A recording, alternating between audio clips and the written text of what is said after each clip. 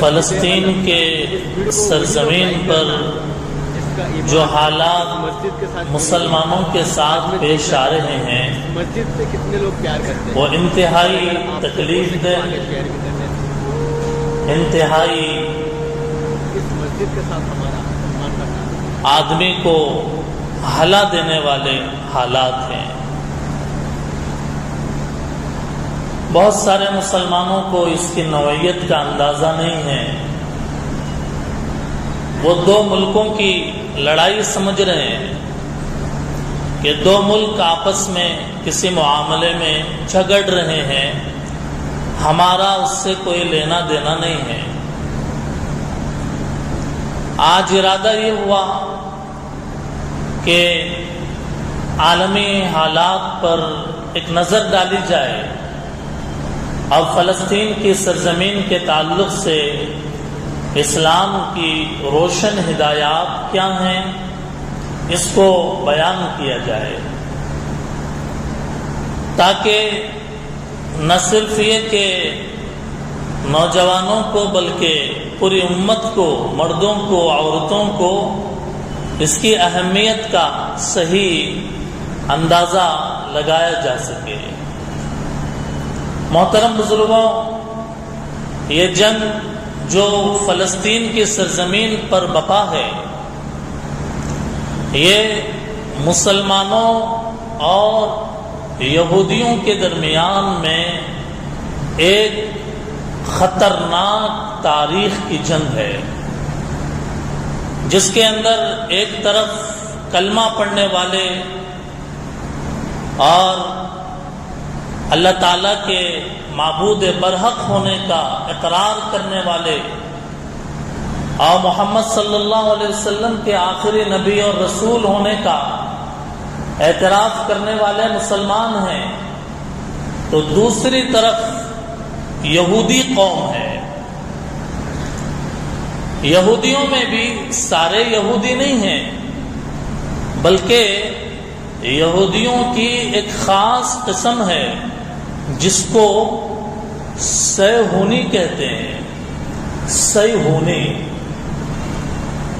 اسی کو عربی کے اندر صہاینہ کہتے ہیں، یعنی کٹر پنتھ یہودی، فرقہ پرست یہودی، اور اس بات کا اہتمام کرنے والے اور عقیدہ رکھنے والے یہودی کہ پوری دنیا میں اور بطور خاص ملک شام میں حکومت کا حق صرف ان کو ہے، دوسروں کو نہیں ہے۔ فلسطین کی زمین صرف ان کی ہے، دوسروں کی نہیں ہے۔ یہ کٹر پنتھی جن یہودیوں کے اندر ہے، ان کو صہاینہ کہتے ہیں۔ اور خالص جو یہودی ہیں، جمہوری ذہن رکھنے والے یا تورات تلمود پر ایمان اور یقین رکھنے والے، وہ اس سے الگ ہیں۔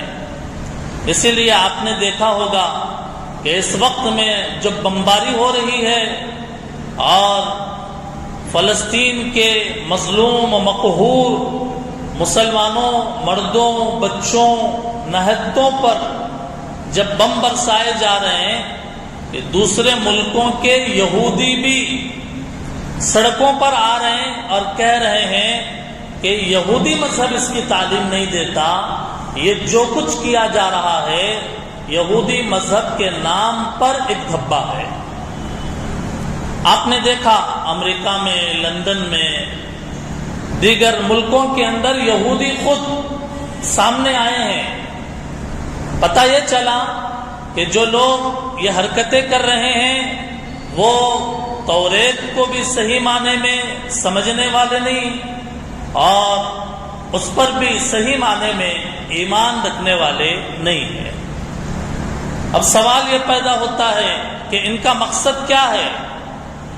یہ کون لوگ ہیں جو مسلمانوں کے دشمن بنے ہوئے ہیں اور جنہیں اسرائیل کہا جاتا ہے؟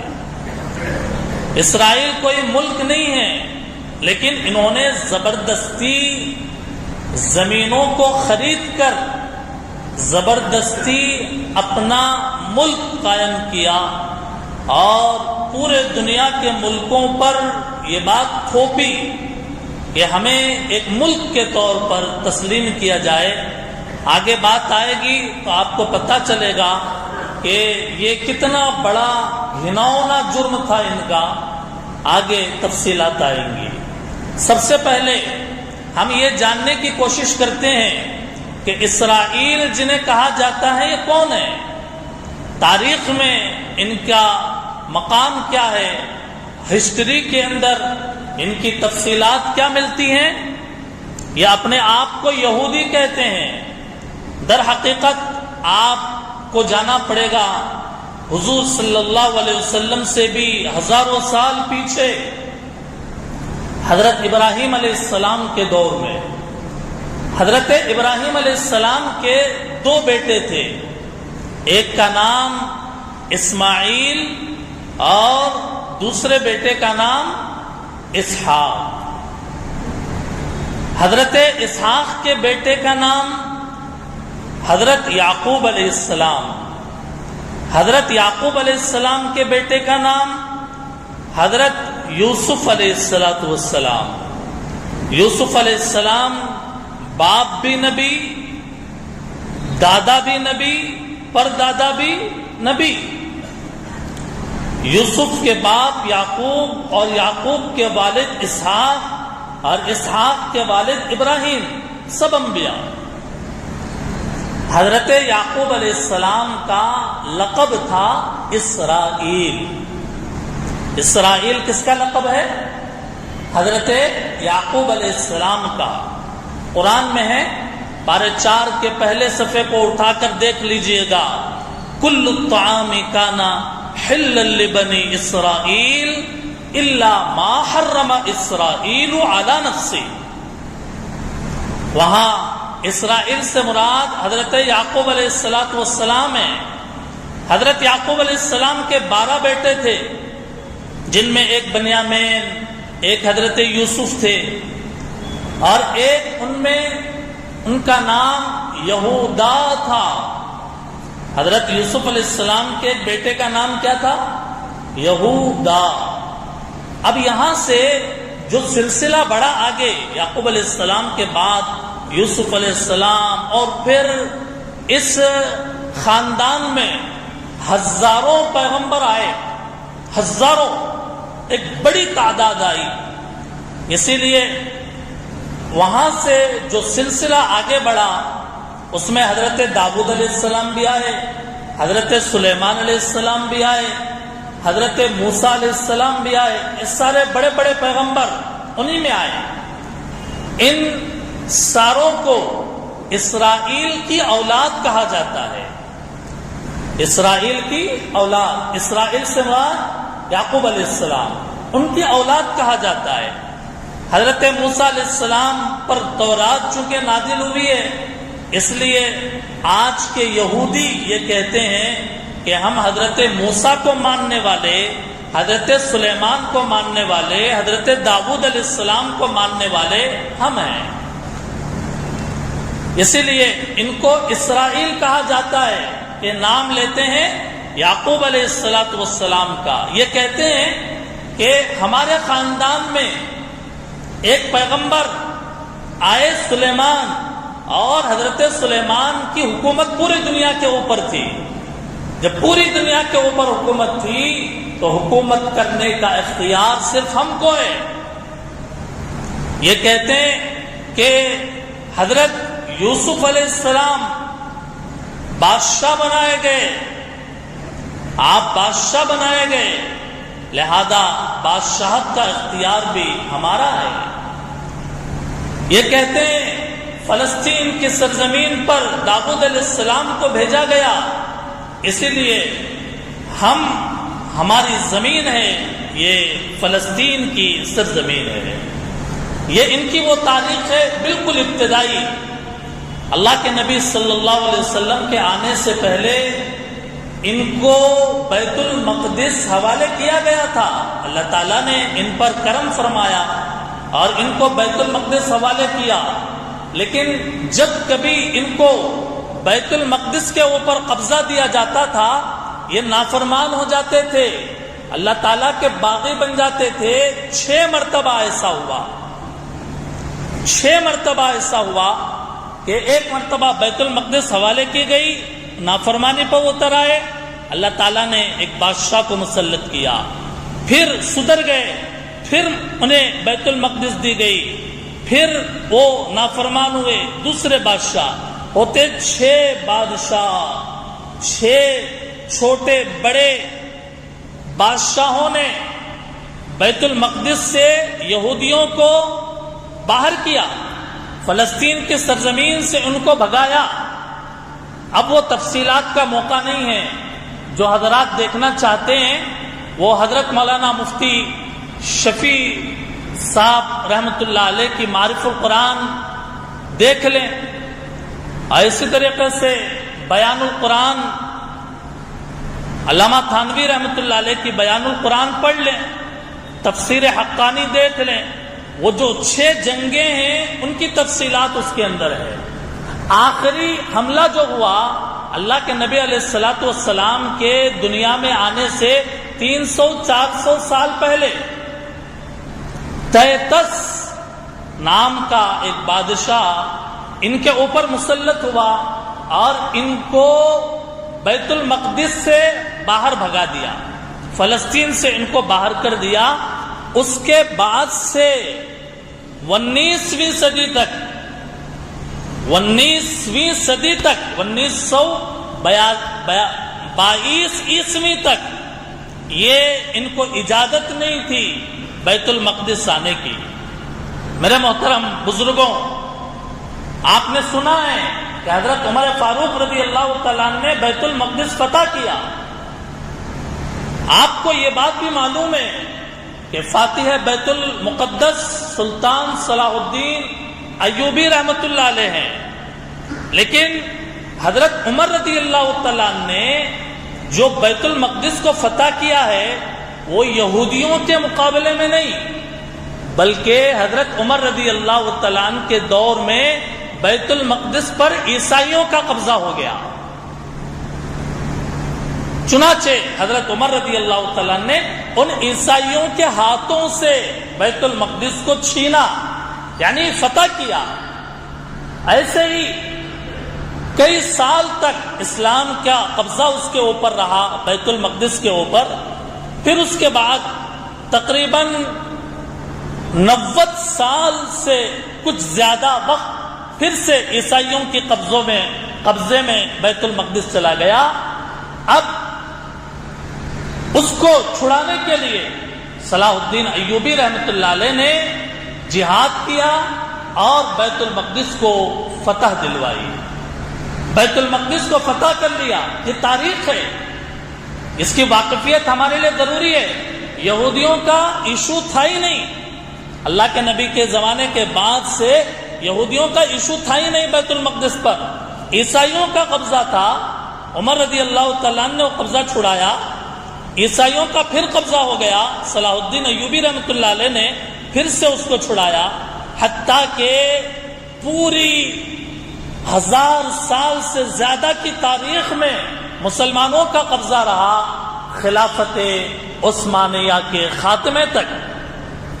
خلافت عثمانیہ آج جو عرب کنٹریز ہیں، تقریباً 56-57 عرب کنٹریز ہیں، چھوٹے چھوٹے عرب کے ممالک ہیں، یہ پورے اس وقت میں ایک ملک شمار ہوتے تھے اور اس کا نام خلافت عثمانیہ رکھا گیا تھا۔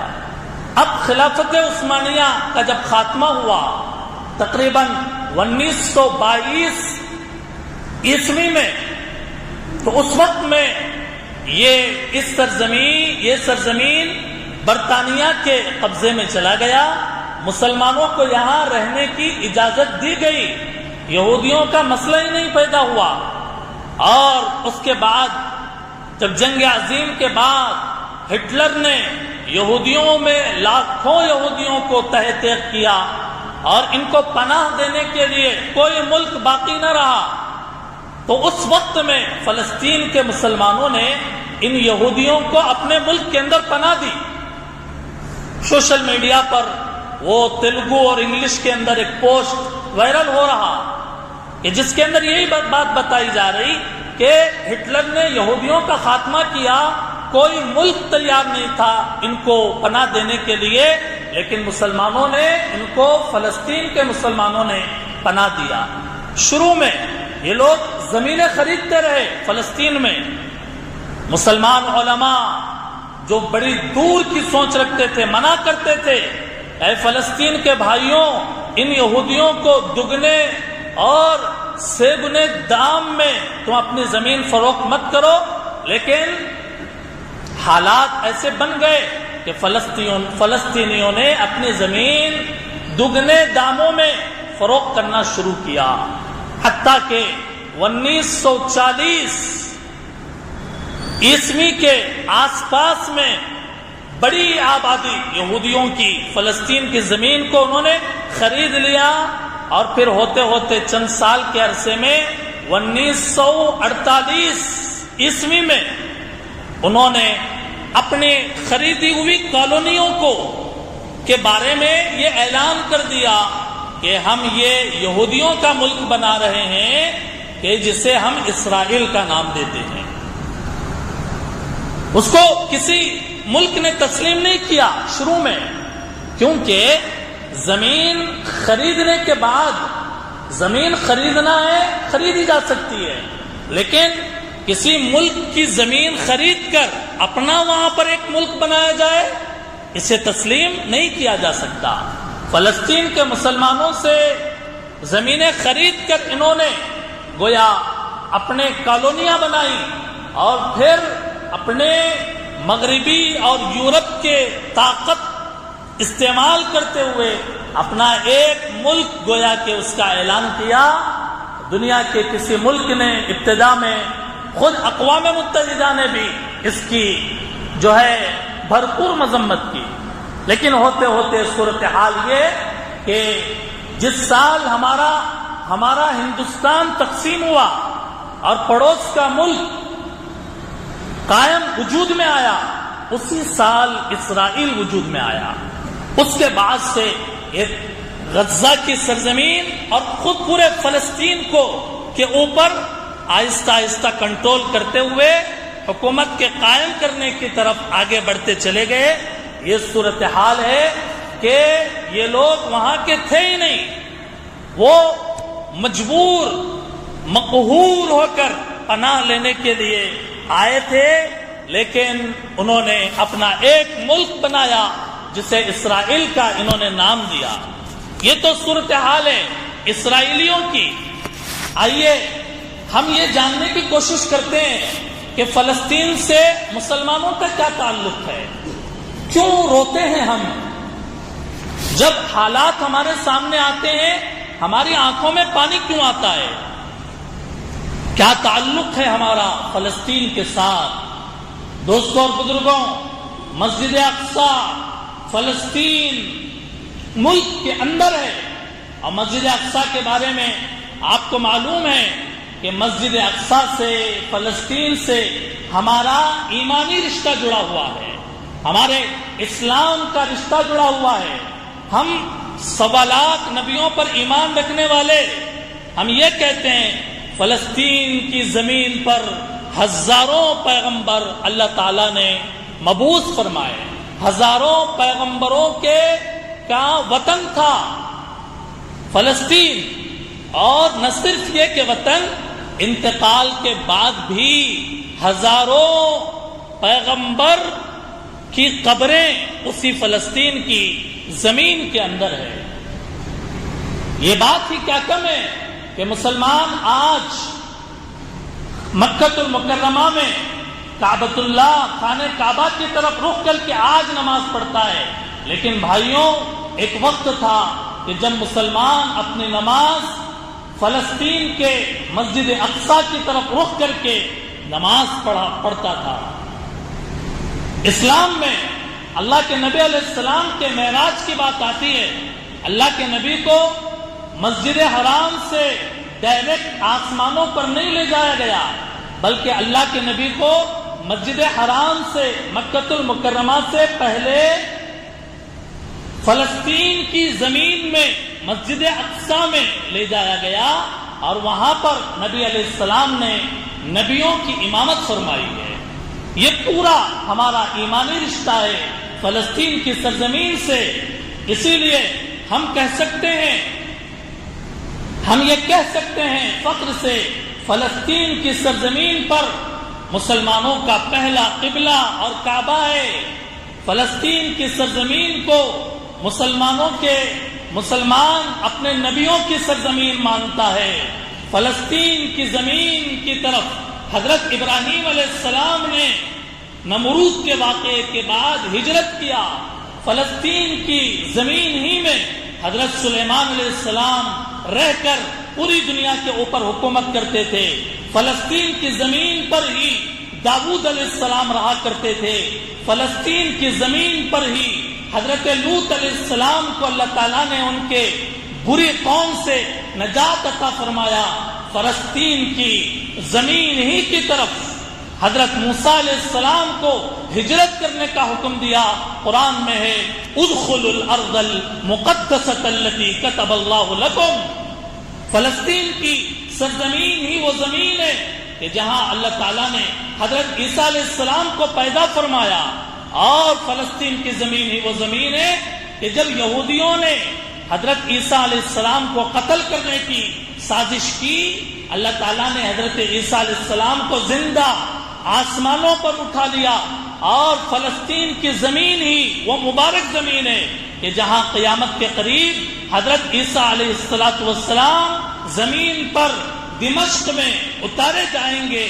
فلسطین کی زمین ہی وہ زمین ہے کہ جہاں طالوت اور جالوت کا مشہور واقعہ، مشہور جنگ پیش آئی کہ جس کو قرآن نے بیان کیا، اور حضرت داؤد نے جالوت کو قتل کیا۔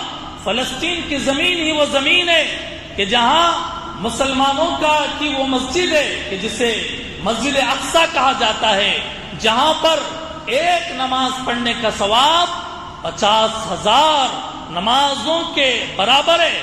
فلسطین کی زمین ہی وہ زمین ہے کہ جس کے مسجد اقصی میں ہمارے نبی آخر الزمانے انبیاء کی امامت فرمائی۔ وہ زمین کہ جہاں بنی اسرائیل کے ہزاروں پیغمبر بھیجے گئے، وہاں سارے نبیوں کو ایک مسجد میں اکٹھا کر کے ہمارے نبی کو امام بنایا گیا۔ اشارہ اس بات کی طرف تھا کہ بنی اسرائیل کے پیغمبروں کا جو مصلی آج تک امامت کا مسجد اقصی کا بنی اسرائیل کے پیغمبر جس پر امامت کرتے تھے، آج سارے نبی اور بشمول بنی اسرائیل کے پیغمبروں کے مقتدیوں کی صفوں میں بٹھا کر اللہ کے نبی آخر الزماں کو بیت المقدس میں مسجد اقصی کی امامت کا مصلی حوالے کر دیا گیا۔ فلسطین کی زمین ہی وہ زمین ہے کہ جو انبیاء کا مسکن بھی رہی، مدفن بھی رہی۔ روح المعانی کی روایت کے مطابق فلسطین کی زمین کو تقدس عطا کیا گیا، اور دجال جب نکلے گا پوری دنیا میں پھرے گا، لیکن 4 مسجدوں کے اندر وہ نہیں جا سکتا: مسجد حرام، مسجد نبوی، مسجد طور، اور فلسطین کی یہ مسجد اقصی۔ دوستوں اور بزرگوں، خلاصہ یہ ہے کہ فلسطین کے چپے چپے میں تاریخ سانس لیتی ہے، جہاں کا ایک ایک ذرے میں خوشبو بسا ہوا ہے۔ اس لیے مسلمان فلسطین سے محبت کرتا ہے، مسجد اقصی سے محبت کرتا ہے، وہاں کے مسلمانوں سے محبت کرتا ہے، کیونکہ پورے دنیا کے مسلمانوں کی ذمہ داری تھی مسجد اقصی کی حفاظت کی، لیکن پورے دنیا کے مسلمان وہ نہیں کر سکتے تھے جو آج فلسطین کے مظلوم مسلمان کر رہے ہیں۔ دوستوں اور بزرگوں، آج صورتحال کیا ہے؟ 7 اکتوبر سے جو فلسطین کی زمین کے اوپر بربریت کا اور فحاشیت کا، حیوانیت کا، درندگی کا، قتل و غارت گری کا، آتش بازی کا، عمارتوں کو گرانے کا جو اندھا دھند بمباری ہو رہی، اور جو میزائل داغے جا رہے ہیں، دوستوں اور بزرگوں، آنکھیں ترس جاتی ہیں اور دل رو پڑتا ہے جب اس منظر کو یاد کیا جاتا ہے۔ آج بھی ان فلسطین کے مظلوم معصوم مسلمانوں پر کھانا، پانی اور بجلی سب چیزیں بند کر دی گئی ہے، اس کے باوجود جذبہ ایمانی ہے فلسطین کے مسلمانوں کا۔ لاشیں اتنی مقدار میں کہ سرد خانوں میں، برف میں رکھنے کے لیے جگہ باقی نہیں رہی، باہر آئس کریم کے ٹرکوں کے اندر لاشیں رکھی جا رہی ہے تاکہ وہ خراب نہ ہو۔ بچوں کو اتنی بڑی مقدار میں زخمی کر کے انہیں شہید کیا گیا کہ جب 30-40 بچوں کو ایک لمبے گڑھے کے اندر لٹایا گیا، دیکھ کر ترس آتا ہے کہ ایسا لگتا ہے یہ خون میں نہائے ہوئے اللہ کے یہ معصوم بندے جنہوں نے ابھی دنیا نہیں دیکھی، لیکن ایک گڑھے کے اندر وہ لیٹ کر آرام کر رہے ہیں۔ 4 ماہ کا بچہ زخمی ہو کر کراہ رہا ہے، بعض بچوں کے پیٹوں کی آنتیں نکل کر باہر آ گئی، اور حال ہی میں المستشفی الاہلی العربی ہاسپٹل کے اوپر جو حملہ کیا گیا، جس کے اندر شہیدوں کی لاشیں، جس کے اندر بیمار، کہ جس کے اندر زخمی، جس کے اندر مرد، عورتیں، ڈاکٹر اور پورے ہاسپٹل کا سٹاف تھا، ظالموں کو رحم نہیں آیا۔ اور کیوں رحم آئے گا ان بدقماشوں کو؟ کیوں رحم آئے گا ان بد کرداروں کو؟ انہوں نے تو نبیوں کو قتل کیا، ایک ایک دن میں 500 نبیوں کو قتل کیا، انہیں رحم کیوں آئے گا بچوں کے مارنے پر؟ انہوں نے ولیوں کو قتل کیا، انہوں نے انبیاء کو شہید کیا ہے۔ آج صورتحال اتنی سفاک ہوئی ہے کہ اس ہاسپٹل کے اوپر جب حملہ کیا گیا 500 لوگ بیک وقت ایک حملے میں مارے گئے۔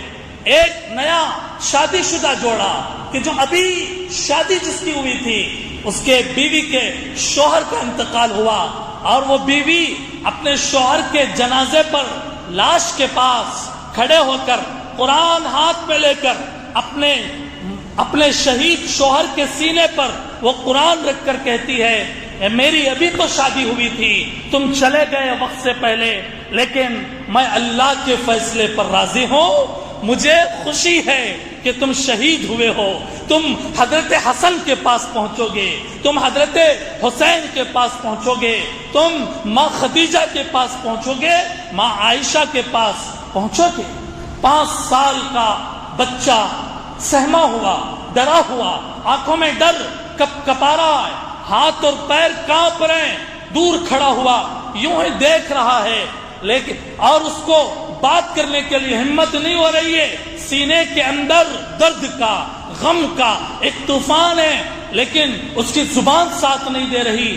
قریب کے کسی آدمی نے اس کو قریب لے کر اپنے سینے سے لگایا، وہ بچہ پھوٹ پھوٹ کر رونے لگا، وہ بچہ چیخ چیخ کر رونے لگا، اور یہ حالات بڑے بھیانک ہیں۔ دوستوں اور بزرگوں، ان سب کے باوجود، ان سب ظلم کے باوجود، ان سب عدوان کے باوجود، ان کے عمارتوں کو، بلڈنگوں کو گرانے کے باوجود، آج فلسطین کا مسلمان پیچھے ہٹنے کے لیے تیار نہیں ہے۔ سب وہ لاشوں کو زمین پر بچھا کر نعرہ اللہ کی بڑائی کا لگاتا ہے۔ کسی بھی فلسطین کے کہ جس کا گھر گرا دیا گیا، جس کے ماں باپ کا انتقال ہو گیا، جس کے ماں باپ کو شہید کر دیا گیا، اور اس کو وہ ادھر ادھر ٹہل رہا، لیکن اس کی زبان پر شکایت کا ایک کلمہ نہیں ہے، وہ اپنی زبان سے بس ایک ہی کہتا ہے، حسبنا اللہ، اللہ ہمارے لیے کافی ہے، اللہ ہمارے لیے کافی ہے، اور اللہ ان کے لیے کافی ہے، ان یہودیوں کے لیے آج یہ مار رہے ہیں۔ دوستوں اور بزرگوں، وہ ایمان کہاں سے لائیں جو فلسطینیوں کا ایمان ہے؟ اتنا ستم ہونے کے باوجود زبان پر کوئی شکوہ، کوئی شکایت کا لفظ نہیں آ رہا، بس یہ کہہ رہے ہیں لا الہ الا اللہ، اللہ یکفی، اللہ یکفی، اللہ کافی، انا صابر، انا صابر حسبنا اللہ ونعم الوکیل، یہ الفاظ ان کے زبان کے اوپر جو ہے ایک فلسطین کا مرد مجاہد، ایک بلڈنگ کہ جس کا پوری عمارت نیچے گر گئی، اس بلڈنگ کے ملبے کے اوپر کھڑے ہو کر کہتا ہے اے امریکہ اور یا اسرائیل، اے اقوام متحدہ، یہ دنیا کی آزاد لوگوں، آج تم ہماری عمارتوں کو گرا کر، ہمارے بچوں بڑوں کو شہید کر کر، عورتوں کو شہید کر کر، کیا تم یہ سمجھ رہے ہو کہ تم نے ہم کو ہرا دیا؟ کیا تم نے ہماری ہمتوں کو پست کر دیا؟ کیا تم یہ سمجھ رہے ہو کہ آج ہم اپنا ملک فلسطین چھوڑ کر جائیں گے؟ نہیں، ہرگز نہیں۔ تم ہمیں قیامت تک ہرا نہیں سکتے، تم ہماری ہمتوں کو نہیں توڑ سکتے۔ آج رہنے کے لیے اگر ہمارے سروں پر چھت نہیں ہے، ہم اسی زمین پر سوئیں گے جس زمین کے اوپر ہمارا مکان تھا، اور صرف اللہ سے ہم کہیں گے اے اللہ مدد فرمائیے۔ دوستوں اور بزرگوں، ایسے حالات کے اندر مسلمانوں کو کیا کرنا چاہیے؟ مسلمانوں کو چاہیے کہ وہ قنوت نازلہ کا اہتمام کریں۔ فجر کی نماز میں دوسری رکعت میں رکوع سے اٹھنے کے بعد قنوت نازلہ کی دعا پڑھی جاتی ہے، جس پر آمین کہا جاتا ہے، اللہ سے مدد مانگی جاتی ہے۔ لیکن افسوس کا مقام ہے، حالات اتنے بگڑ رہے، لیکن فجر کی نماز میں ہماری صفوں میں مصلی نہیں ہے، ہماری صفوں میں مصلی نہیں ہے۔ حالات اتنے بگڑ گئے، آج فجر کی نماز میں امت اٹھ کر ان اپنے بھائیوں کے لیے رونے دھونے کے لیے تیار نہیں ہے۔ اللہ کے بندو، وقت کب آئے گا اور سدھرنے کا اور سنبھلنے کا وقت کب آئے گا؟ آج بھی ہمیں ہماری نیند عزیز، آج بھی ہمیں ہمارے بستر عزیز ہے، آج بھی ہم اپنے زندگی کا روٹین چینج نہیں کرنا چاہتے۔ دوستوں اور بزرگوں، سب سے پہلا کام قنوت نازلہ کا اہتمام کریں۔ الحمدللہ جامع مسجد کے اندر کئی دنوں سے قنوت نازلہ کا اہتمام ہو رہا ہے۔ دوسرا کام کرنے کا، بکثرت دعا کریں۔ انسان کے لیے دعا مومن کا ہتھیار ہے۔ دعا کریں اللہ رب العزت سے کہ اللہ تعالی مدد نازل فرمائے اور اللہ تعالی ان فلسطینیوں کے لیے آسمان سے مدد نازل فرمائے۔ تیسرا کام، اپنی اپنی سطح پر، تنظیم کی سطح پر ہماری آواز جہاں تک جا سکتی ہے ہم اس ظلم کے خلاف آواز اٹھائیں اور اپنی حکومتوں کو قانون کے دائرے میں رہتے ہوئے اپنے حکومت تک اپنی آواز پہنچائیں کہ یہ جو کائنات اور دھرتی کے اوپر جو ظلم ہو رہا ہے ہم اس کے حق میں مذمت کرتے ہیں اور اپنی آواز بلند کرتے ہیں۔ اور کام کرنے کا، اسرائیلی مصنوعات، اس کے جو پروجیکٹ ہیں اس سب کو مصنوعات کا بائیکاٹ کیا جائے۔ کچھ نہیں کر سکتے، کم از کم ان مصنوعات کا بائیکاٹ کریں کہ جن مصنوعات کے استعمال کرنے سے یہ دشمن ممالک کو فائدہ اور نفع پہنچ سکتا ہے۔ دوستوں اور بزرگوں، قبل اول کے بارے میں لوگوں کے اندر شعور پیدا کرنے کی ضرورت ہے۔ آج لوگوں کو نہیں معلوم کہ قبل اول کی حیثیت کیا ہے، فلسطین کی حیثیت کیا ہے، مسجد اقصی سے مسلمان کا لگاؤ کتنا ہے۔ آج مردوں کو چاہیے اپنی عورتوں سے کہیں دعاؤں کا اہتمام آج ہی سے شروع کر دو۔ سورہ یاسین پڑھ کر دعا، 2 رکعت نماز پڑھ کر روزانہ، صلاۃ الحاجت پڑھ کر دعا، روزوں کا اہتمام کر دعا کی جائے۔ دوستوں اور بزرگوں، اگر یہ ہم کریں گے انشاءاللہ اللہ رب العزت کی ذات سے امید ہے کہ کسی نہ کسی درجے میں ہم ان کے لیے خیال کرنے والے بنیں گے۔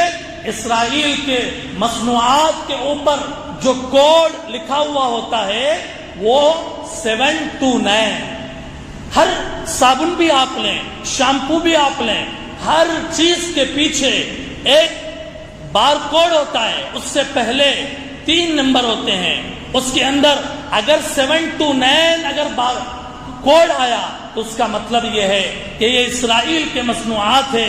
دوستوں اور بزرگوں، یہی کرنے کے کام ہیں. رونے دھونے اللہ تعالیٰ سے لو لگانے کا وقت ہے. غفلت کو چھوڑیں, لاپرواہی کو چھوڑیں, گناہوں سے اپنے آپ کو بچائیں. اللہ کے آگے اپنا ماتھا ٹیک کر رحم کی بھیک مانگے. اے اللہ, آج دشمن ایک پلیٹ فارم پر اکٹھا ہو رہا, لیکن 56-57 عرب ممالک ہیں, لیکن آج کوئی غزہ کا اور ان مظلوم معصوم فلسطین کے مسلمانوں کا کوئی پوچھنے والا نہیں ہے. 13 دن کا وقت گزر گیا, باہر سے ایک لقمہ یا ایک پانی کی بوتل اندر داخل نہیں ہو سکی. جو بارڈر تھا, معبر, اس کو بند رکھا گیا, بند کر دیا گیا. بہرحال یہ دنیا کے حالات چل رہے ہیں. آج ضرورت ہے اس بات کی دعاؤں کا اہتمام کیا جائے. میں اپنی بات مکمل کرتا ہوں ان اشعار کے ساتھ. سنو بھی قبلِ اول سے کیا آواز آتی ہے, سنو بھی قبلِ اول سے کیا آواز آتی ہے. مسلمانوں, میری حرمت پہ کٹ جانے کا وقت آیا. اٹھو بھی اے صلاح الدین کے فرزندوں, اٹھو بھی اے صلاح الدین کے فرزندوں. پھر اس غازی کے افسانے کو دہرانے کا وقت آیا. وآخر دعوانا ان الحمد للہ رب العالمین.